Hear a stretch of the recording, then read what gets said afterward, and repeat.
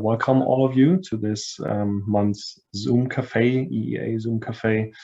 I think probably one or the other will also still join, and we have also people watching the recording. So if you're watching the recording later on, please feel also warmly welcomed here and dealing with this topic. We are very happy that we can have this monthly time of interaction and easygoing fellowship. So I already mentioned it. Please feel free to have your drinks or food. This is also meant to be a virtual lunch break, so no worries. If you're munching on something, it's not only allowed, it's encouraged to do so. We need to have those times of easy taking time eating.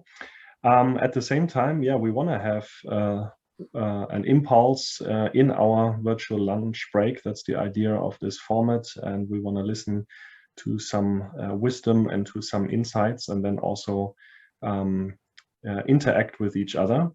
And today's topic is conflicts and peacemaking in church, and we are really happy and blessed that Eddy Pender is with us from the Netherlands. I would just say, Eddy, whatever you want to share in terms of your rich biography, please feel free to do so yourself, so you can sort of place the focus and make the emphasis where you want. But let me also say, Eddy has written a book on this topic, and will make a resource available also on the EEA website, speaking to this topic of today, conflicts and peacemaking in church. And you've seen, thanks Elizabeth, yeah, you've seen the introductory text where we also invited you to participate in today's Zoom Café. And there we said, yeah, there's a lot of potential for conflict, has always been in a church and will ever be, because we are wrestling with big topics. Recently, we have seen one of these topics enter the church, which is the whole conversation around how to deal with COVID, how to deal with vaccinations, on which side to stand when it comes to ethical decisions. And obviously this is also something that the church needs to deal with and is dealing with, and that can lead to conflict. But what is our calling as believers, as followers of Christ, to be peacemakers in the midst of all that?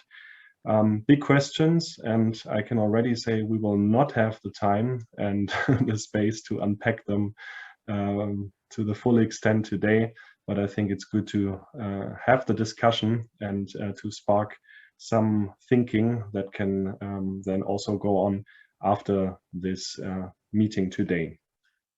So without further ado, I would actually now like to hand over to Eddy. Eddy, thanks so much for being with us. The floor is yours for the impulse. Thank you, Eddy. Thank you for your introduction. Maybe it's good to have a short introduction of myself, how I got into this topic. I had a career in different jobs, different organizations, and then when I was about 54, I was I had to resign. I was sacked. What is a normal word for that? I don't know. But but it was with a good financial possibility. So I had no problems, and I did a course on mediation, and I experienced it really fitted me. So I opened up advisory bureau on coaching and mediation. And because I've been a churchgoer all my life, and I experienced and I heard about a lot of church conflicts, so I was thinking about that. Then I saw in our magazine, our mediation magazine, a course on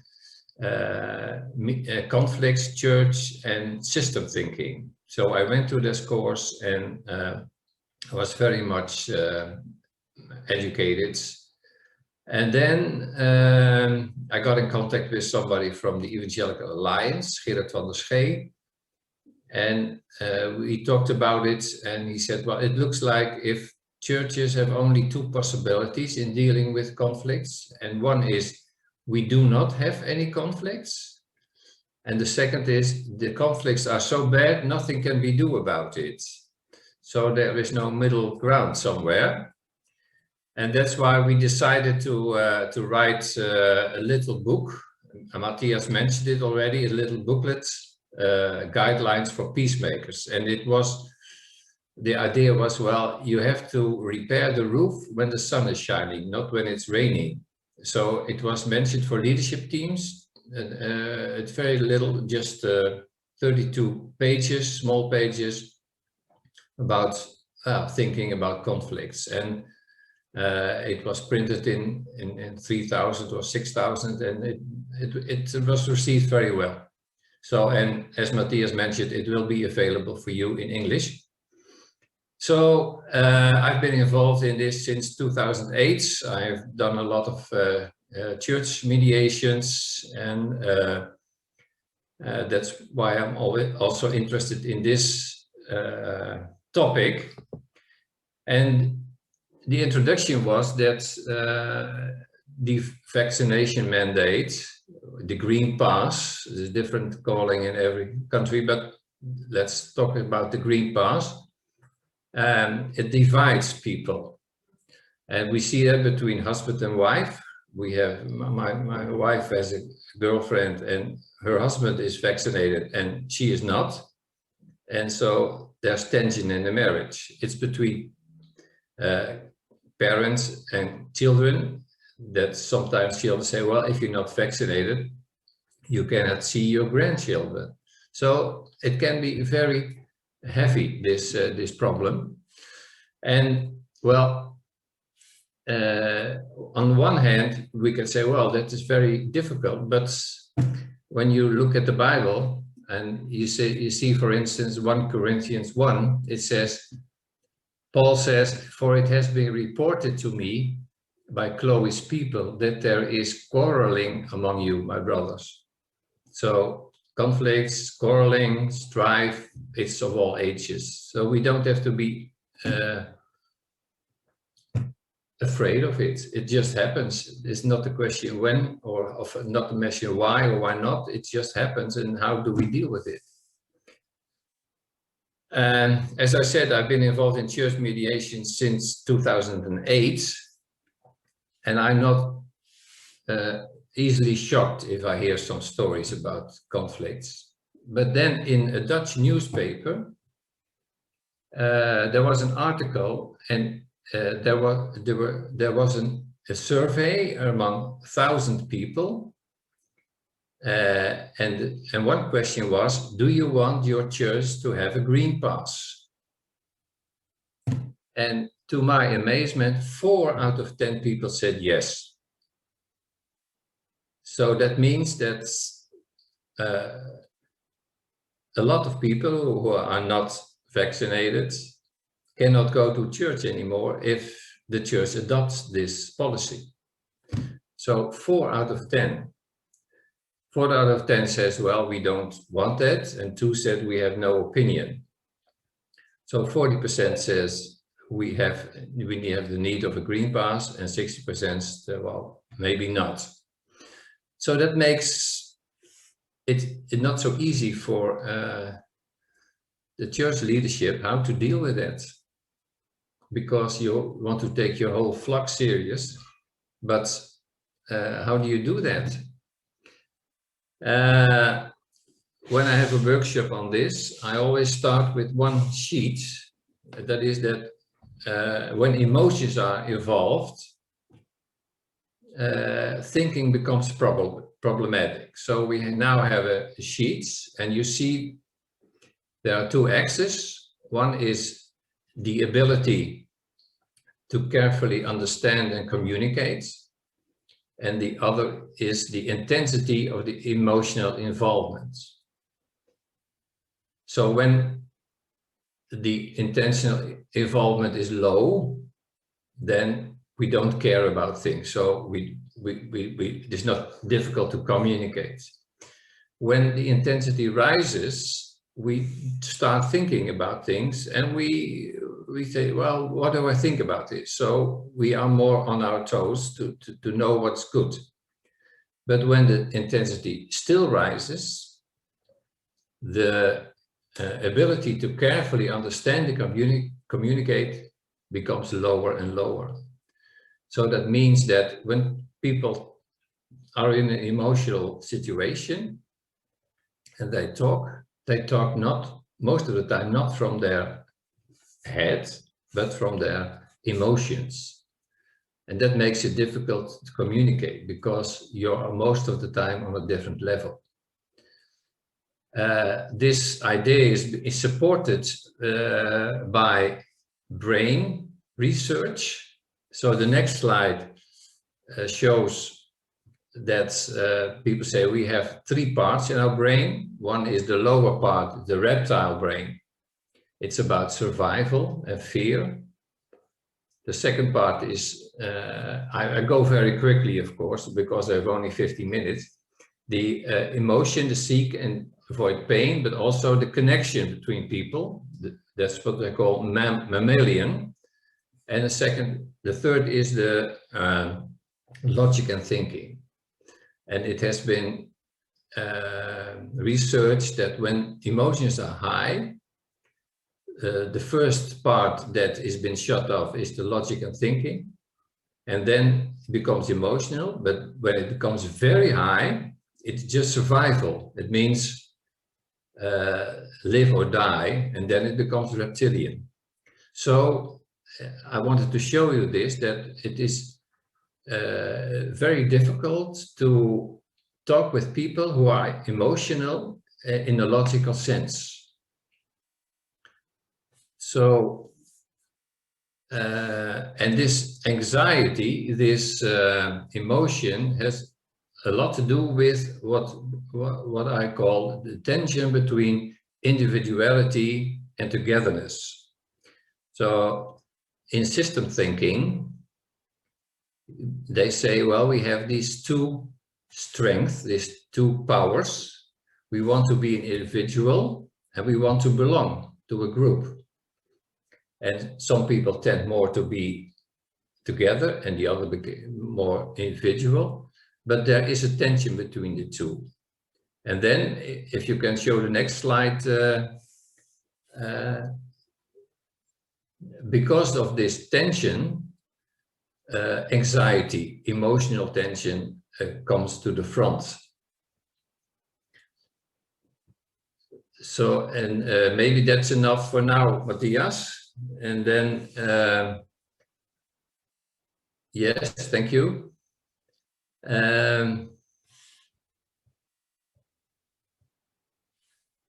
So the attention becomes high. And then in a situation of conflict,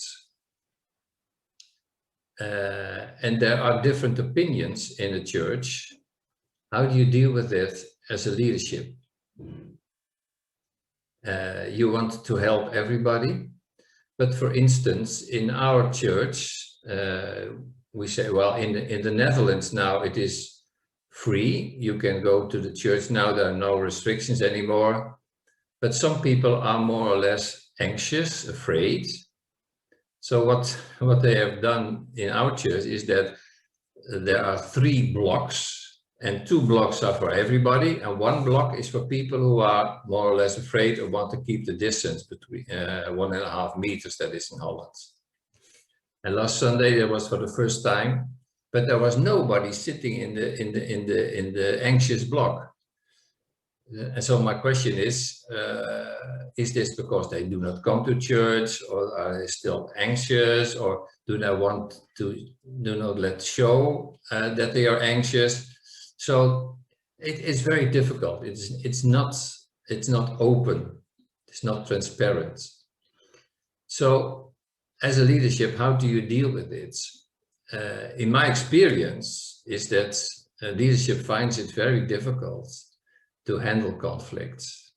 They, as someone said, well, we will hope we will get back to normal and then everything will be okay again. So that's an opinion. it's not my opinion. I think that problems will not be better because we are entering the fall, and so we get all kinds of diseases again, the flu or COVID or whatever. So tension arises again, and how do we deal with that? Then we hear about that we had 2 shots in Holland, and now they are offering a 3rd one. So it's not over, and I think it will not be over. And if we see that 4 out of 10 are so anxious that they want to deny people who are not vaccinated into the church, then you cannot ignore it as leadership.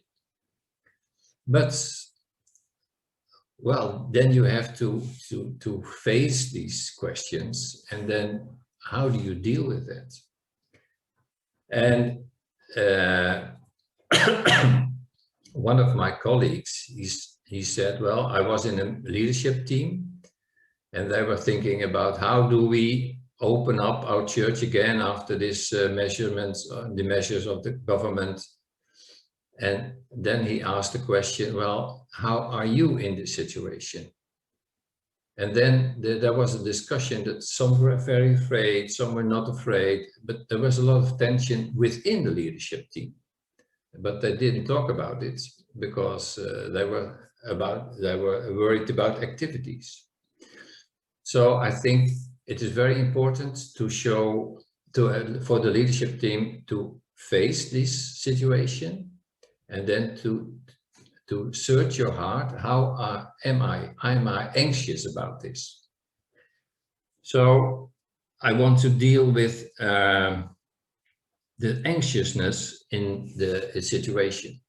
And in systems thinking, they call it the non-anxious presence. That means that you are present in the situation, but you do not take on yourself the emotions of the people.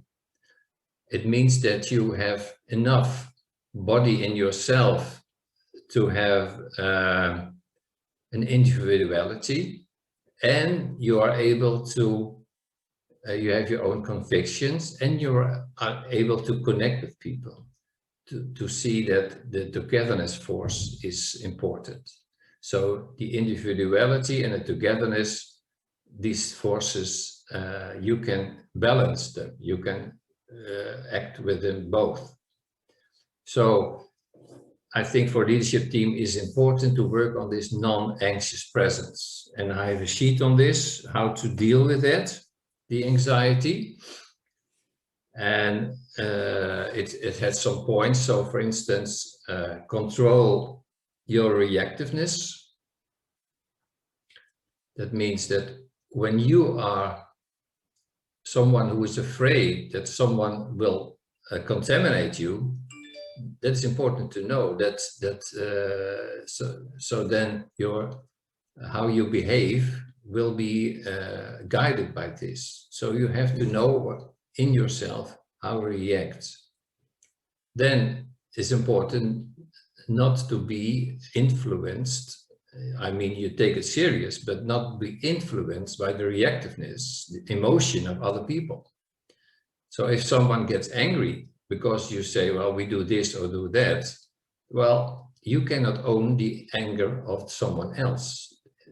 You have to stay on your own ground, grounded in your own convictions or tested by life. Then you stay connected. You do not withdraw. You do not condemn, but you stay connected. And then if everything goes well, you work on situations that are a win-win, where everybody is involved.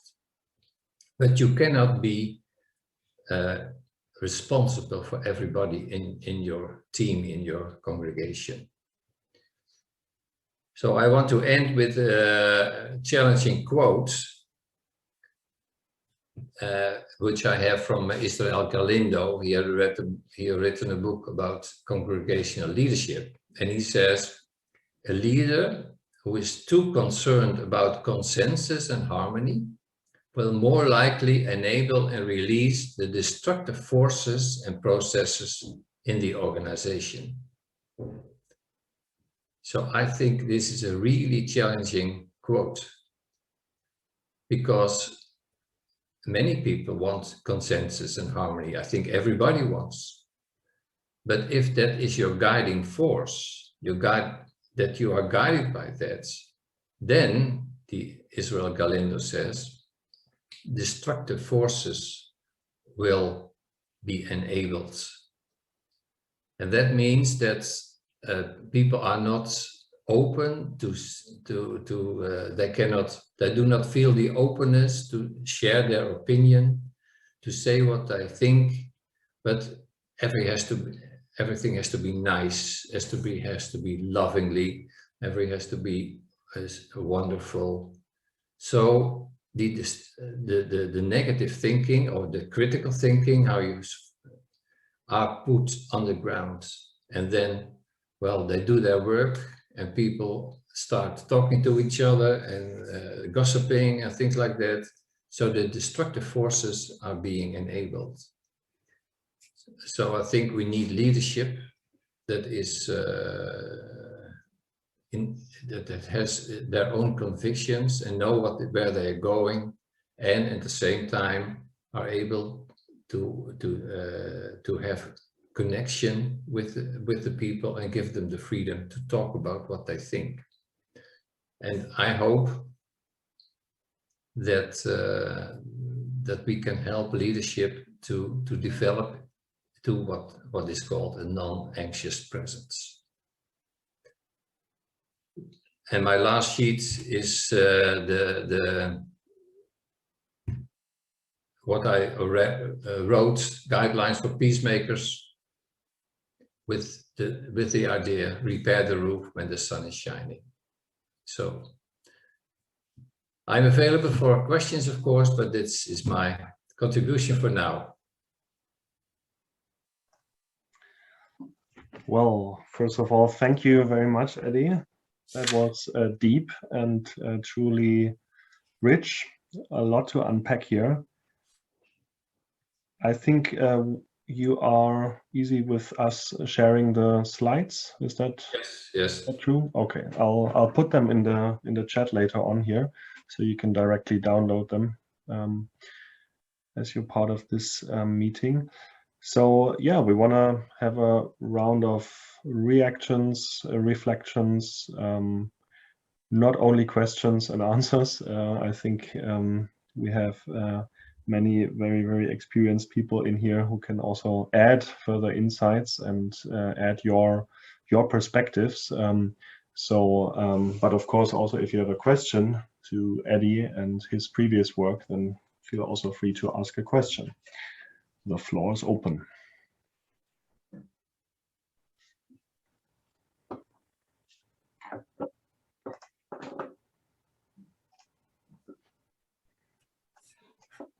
I would be interested to hear what people's experiences are of the current time we're in, of people's willingness to go back into church meetings, or how churches are responding, whether they are returning to doing things exactly the way that they were, or whether it's different, or what are they? What are your experiences across Europe and wherever we are?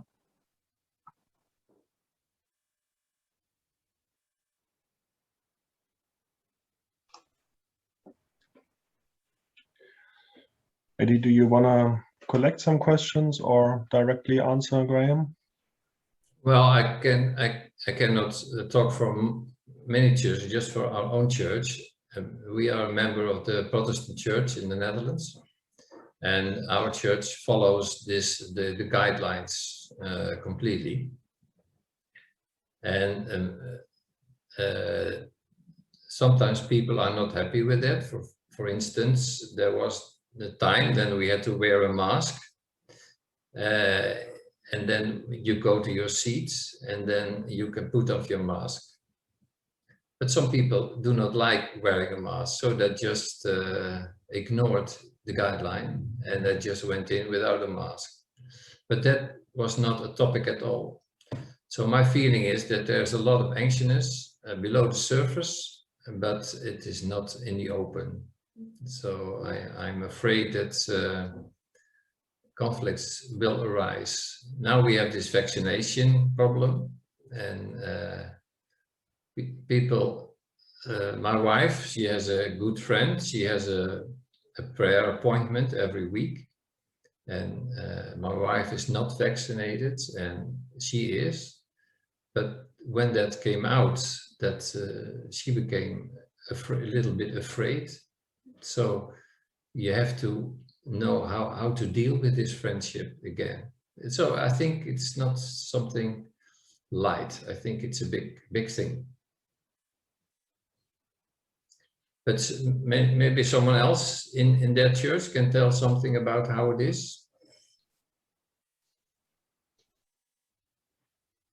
Do you go to church?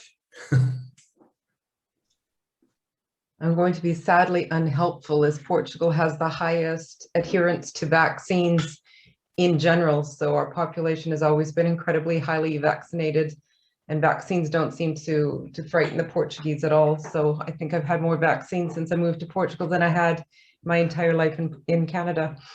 The mask issue probably would be more of the issue, but even so, at least in our church, we've always tried to play it up positively, saying that, you know, the masks aren't for us, they're for one another. So we're doing this as care for the other.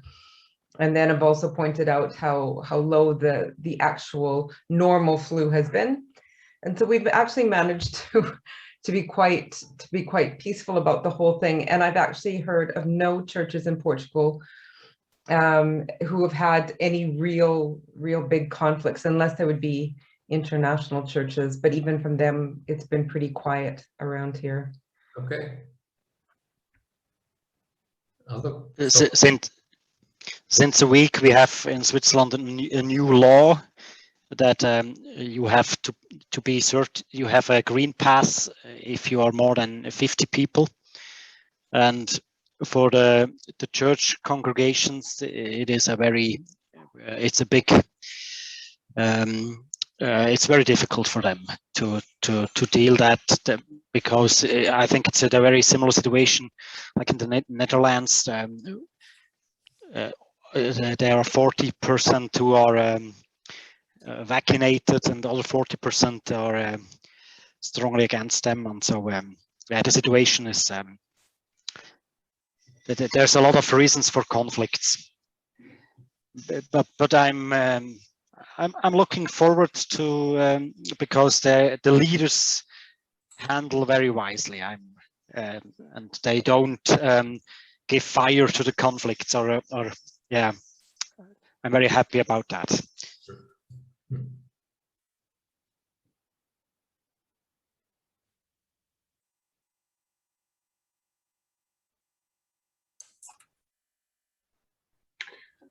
Leanne, I saw you unmuting yourself. Do you want to? I was just I'm in Portugal also, but Connie mentioned the international churches, so I go to one of them. So yeah, we have only ever had a problem with one person coming in with a letter saying that medically they don't need to wear a mask, but we knew that it was a fake letter. So we told that person that they were able to stay upstairs and watch it on TV, because our church has got 2 levels. So downstairs is the auditorium and upstairs. So we said that she could stay upstairs and watch it on TV without a mask, but if she was going to go downstairs, she must wear a mask. And she wasn't happy with that and stormed out. So yeah. But that's the only issue we've really had with the congregation, other than people, like there's no discussion on do you get vaccinated or not get vaccinated. Nobody's really discussing that.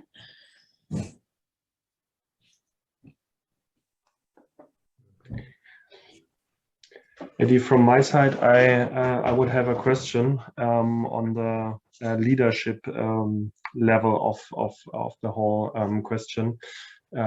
So I found it very inspirational that you shared about the challenges for leaders in this context.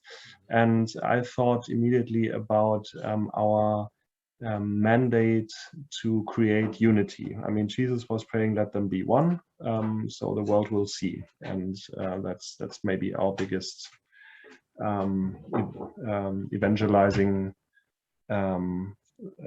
activity, to to be one and not divided. And then depending on how you read some scripture, some parts of scripture, you can understand the Bible in a sense of yeah, we should even have the same thinking in church. We should think alike on some issues. Now, I am feeling we are not only with COVID, also, I mean, in the more and more complex world, we are definitely entering, or we are in a world already where so many things where you actually have to also, as a leadership team, come to the point to say, yes, we agree to disagree, and different perspectives, different attitudes on certain issues can stand next to each other. So my question is, are we still on the track of scripture then, or have we somehow coped with the complex world out there, because it's simply not possible any different? So how do you live unity in the midst of these questions? Well, there are a lot of topics that there is discussion about in the church. This morning I had a meeting with a group, and we were talking about how do we deal with homosexuality and transgenderism. And someone mentioned, well, how do we deal with people, with churches who deny women in leadership and things like that. So there are many topics that are controversial. And we have a church now in the Netherlands, the denominational, the Christelijk Gereformeerde Church. They are talking about women in leadership. And some people are prepared to split the church about this. So there are many topics we can have discussion about, but that is mostly on the denominational level. On the local level, I believe it is very important to try to have a community that is grounded in scripture and grounded in well, how do you call it, in the idea of discipleship, following Christ, of open to transform my life, that my life be transformed by the power of the Holy Spirit. And if you have that unity in your church, I think that many problems can be solved, and that you can more easily live with some things you do not agree on, that what you say, agree to disagree. And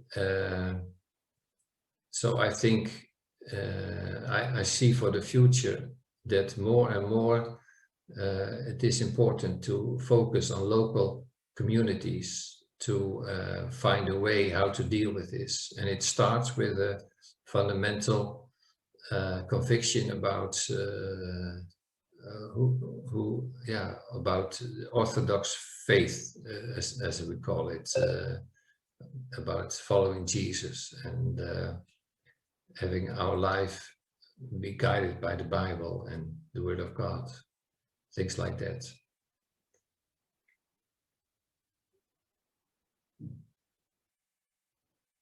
I'm not quite sure if I answered enough, but well, let's see. Oh, I mean, thank you, Eddy. I don't know if it's really possible to answer the question, to be quite honest, or if we just need to try and approach it from different sides. So yeah, also for the others, please feel free to interact, to share your thoughts and perspectives on this. Graham? I was just thinking, our history as the Protestant Church isn't great when it comes to staying in unity, is it? I mean, the fact, and this is not a surprise. We're all aware of this, but we don't have a fantastic history, long-term history of the last 500 years or so to look back on and say, hey, we really did a good job of keeping it together there and keeping everyone kind of moving in the same direction. In fact, that's why we are a Protestant church. And I'm not saying that's a bad thing. I'm just saying the way historically we have interacted with each other, the way we've regarded leadership, the way we have understood and applied the scriptures hasn't always helped us. I think we're getting better at it, or I hope we are, the last few decades, but we've not really covered ourselves in glory, historically speaking.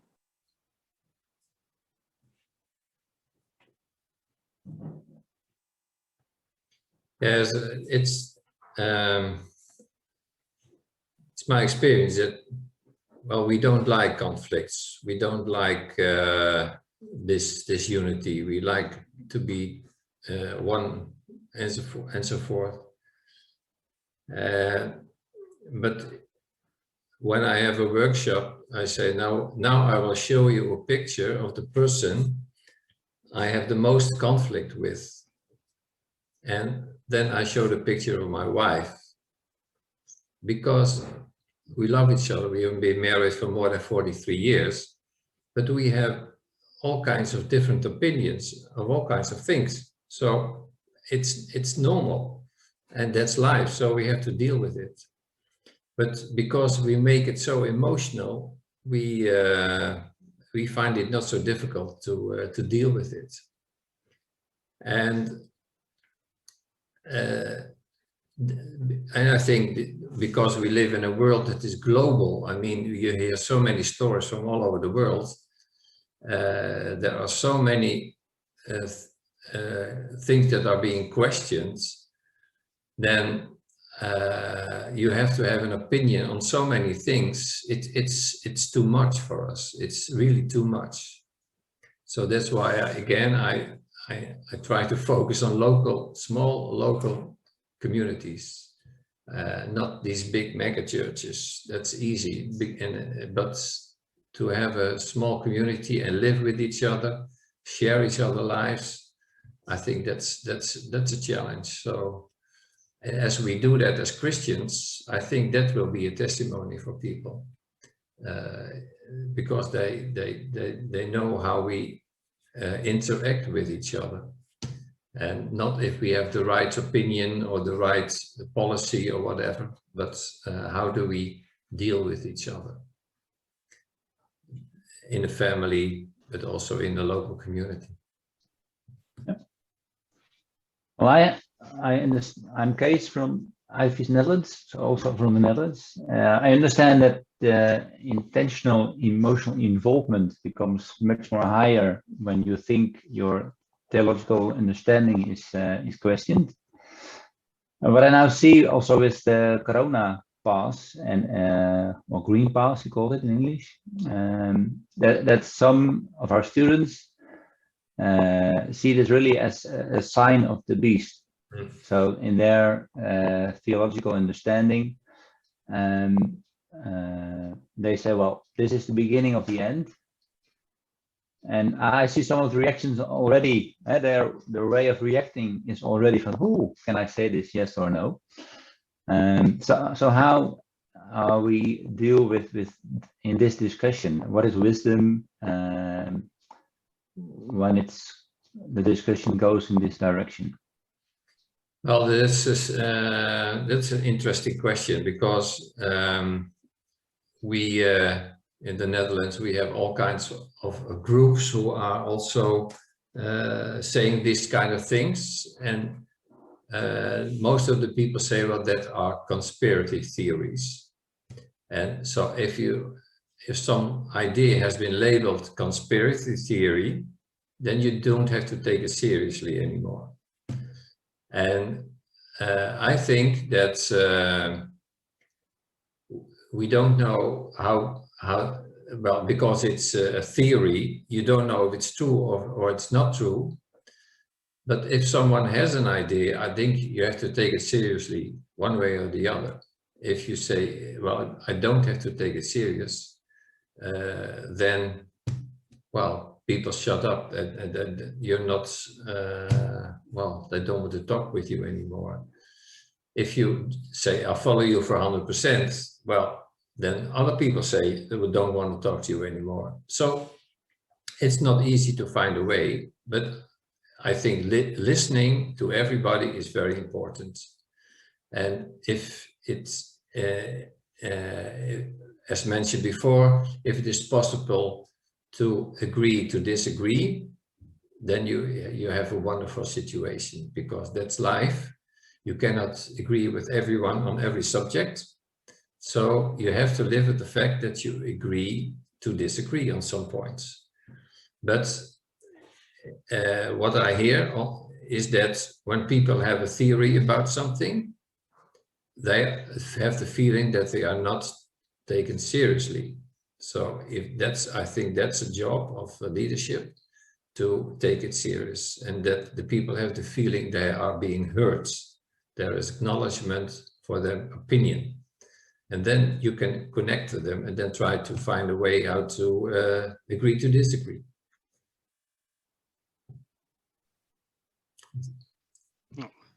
Yeah, thank you. I think that's it.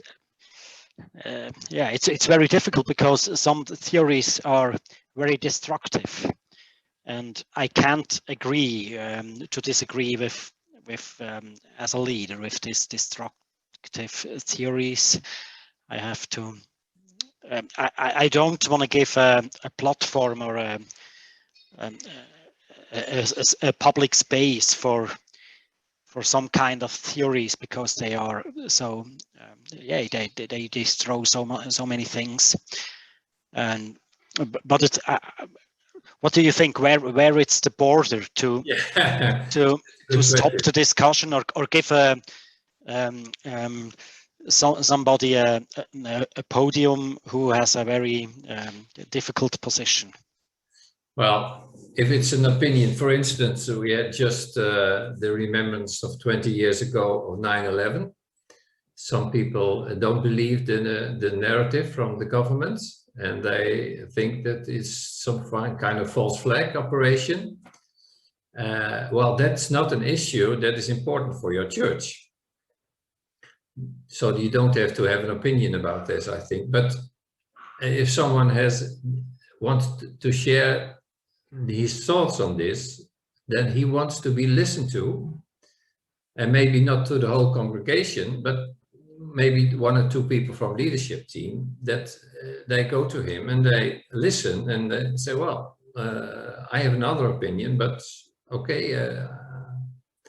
And sometimes these people have invested so much time in finding this, so they are not just venting out some things. They are just trying.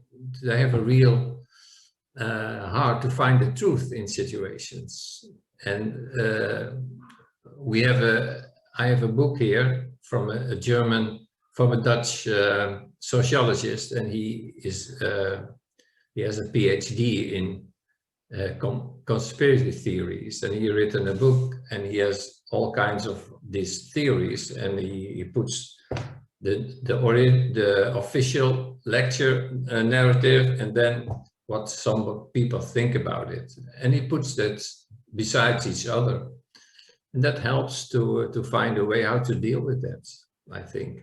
But being listened to and being heard is very important, because if you are not being heard, you either shout harder, make more noise, or you leave. so you don't feel accepted anymore. Thank you very much. I'm agree with you about what I will be more precisely. What will you do when they have a mission and they search the public? In Switzerland, we have a YouTube video. They have more than 20,000 clicks, and it's a very destructive video from a leader who is not integrated in our network.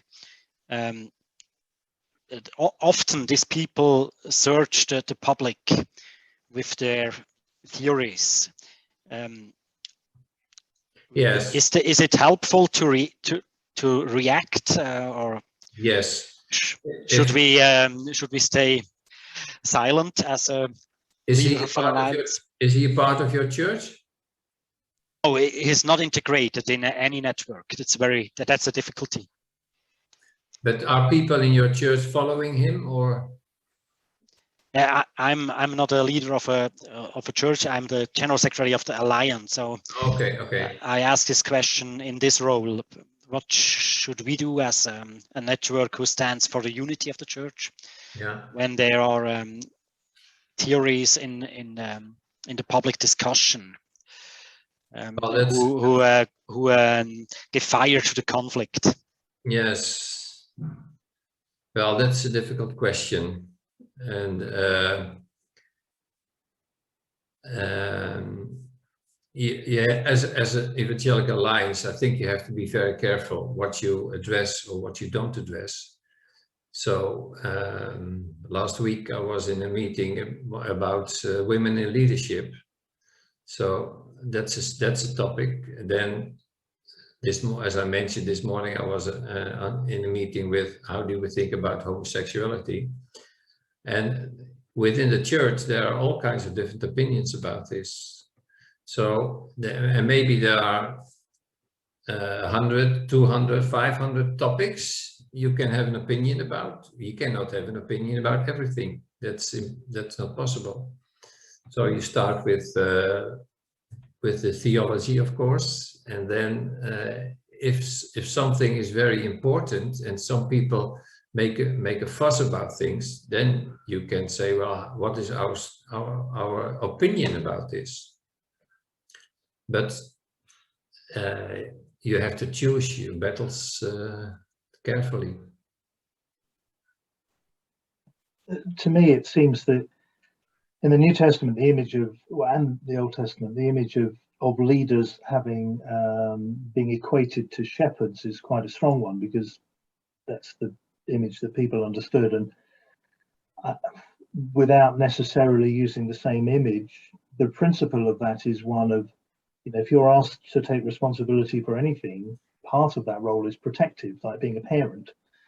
And in different, in a broader setting, like an evangelical alliance, I think it still applies, you just apply it slightly differently. So, for instance, if you have somebody, as you said, who is just not linked into anyone, and they have some views that you might look at and say, these views are really dangerous, then you're in a position not to speak to particular churches or denominations, but you do have a agreement as an alliance. Otherwise, you couldn't be an alliance and say, well, this is our agreement. And generally, if somebody from outside of this is saying something and you're part of this alliance, then be discerning, test what they say against the things that are really important to you. You can't stop somebody agreeing with whatever their view is on whatever subject, but you can at least give an indication to somebody to use some wisdom and use some discernment and test what they're saying against the people that they are in relationships with, in their own churches, in the alliance generally. And I think there's so much conflict that happens because people haven't talked before the conflict. You haven't, if we don't foster a culture of conversation and of openness, then we are more likely to see conflict being promoted rather than questions arising, and then they go through our culture and we say, okay, this is how we deal with it. That's how you manage to stay married for 43 years.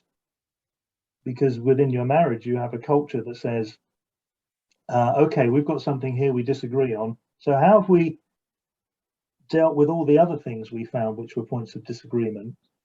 And how do we work through those? So how are we going to work through this? It's kind of a, you build up a track record of, okay, we got through that situation, we'll get through this situation. Yeah. Yes, it is. I think it's good to make a distinction between when you think about leadership in the church, what is your responsibility, and what is your responsibility as an Evangelical Alliance. And as you say, Graham, that being a shepherd is an important part of it. This morning also we talked about the tension between being pastoring people and being prophetic. Sometimes some people find themselves compelled to speak the truth, and sometimes people try to help people, and both of them have dangers, of course. If you're just telling the truth, then people don't connect with it anymore. But if you have pastors who agree with everything and pamper everything, then they fall away somewhere. So from the truth, so you have to find this this balance between these two things, I think. And if you have the idea that your mission as an Evangelical Alliance is to empower unity, then that is your goal, and then it is not your goal to be a prophet. But you have to decide for yourself. But all, of course, within the boundaries of a sound theology. That's number one, of course.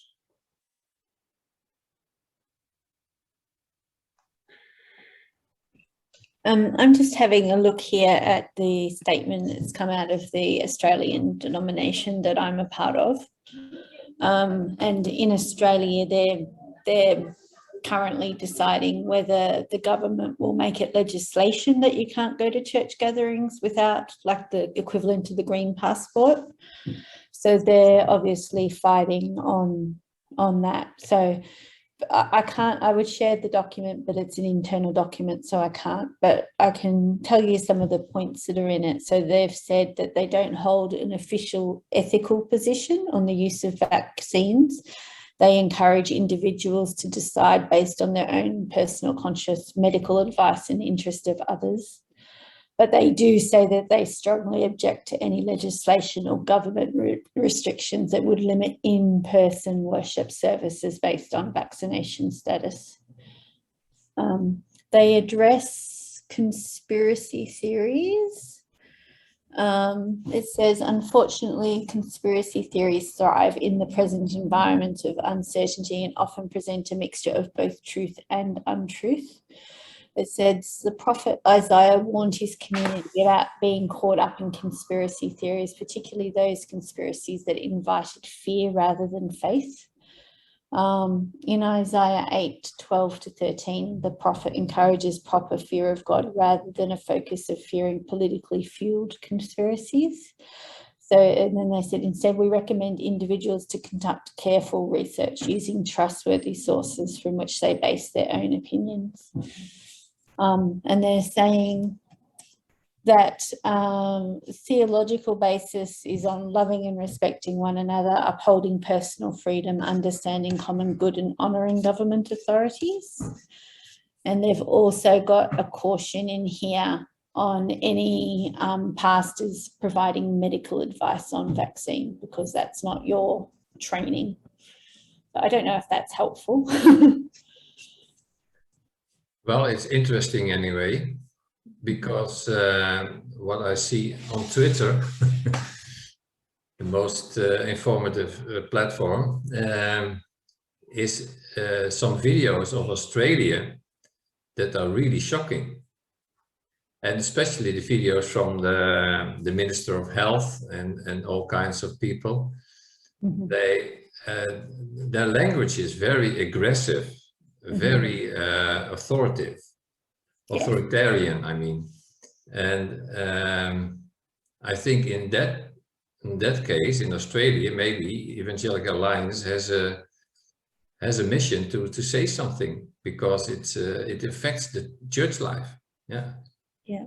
So thank you for sharing this. I wrote a message to you because I'm very interested in the points, if you can put them in writing. Sure. Yeah, thank you. So, and I think it's not the way in Holland that we do not have this from the government, this repression from the government as in Australia. But it can grow. I don't know. It's we will see how it will go. Yeah.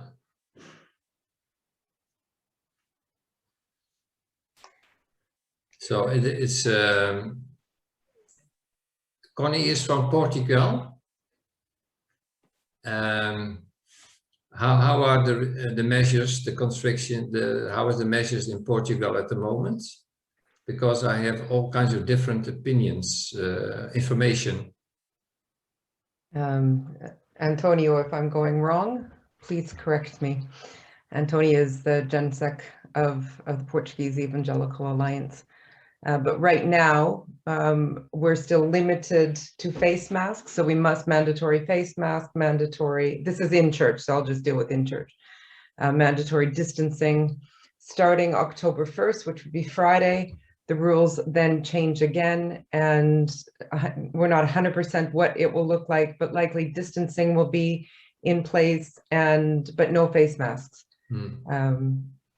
But that's, as far as church, that's kind of the only limitation that they've kind of sort of talked about. You know, big meetings of over 50 people, you'd be hard pressed to find too many churches in Portugal over 50 people, sadly. So that's less of a concern. But yeah, I guess the only other thing I'd want to say with our church congregations and those who are in a relationship with Jesus, including those who oftentimes get mixed up in conspiracy theories, is to go back to 1 John. You know, perfect love drives out all fear, and conspiracy theories are driven by fear. And in fact, both sides of the vaccination question are driven by fear. But perfect love needs to drive that out. It doesn't just drive it out, it needs to drive it out. And it needs to be a conviction in our hearts that actually the Bible is true when it says that. If we are in perfect love with Christ, then those fears disappear. Death doesn't fear us, anger doesn't fear us, vaccines, COVID doesn't fear, doesn't cause us to fear. We love. Yes. And that has to become more practical than some beautiful little thing that we throw around every now and again. This is where that verse really comes into action. Yes, I agree. Yes, wonderful. Thank you. Sorry to intervene. I just posted in the chat. We have a hard cut at 2 because there's a Balkans meeting starting for the Evangelical Alliances there. So just in order for you to be prepared if we're thrown out in a second, which may occur. Let me thank you, Eddy, again. Yes, you're welcome. Let me thank everybody for the discussion. As I said, your resource is available on the EEA website. And yes, there's a lot more to unpack here, a lot more than is possible within an hour. So let me just say thank you. Normally we would have a little prayer time, but yeah, let's just know that we are walking under the guidance of the Lord, also in these difficult questions. And thanks for all the wisdom that was shared. I think this is really what this Zoom Café is about. We'll see each other again, if you want, at the end of October then, last Wednesday, 1 p.m. CET or 12 p.m. UK time. That's always the Zoom Café.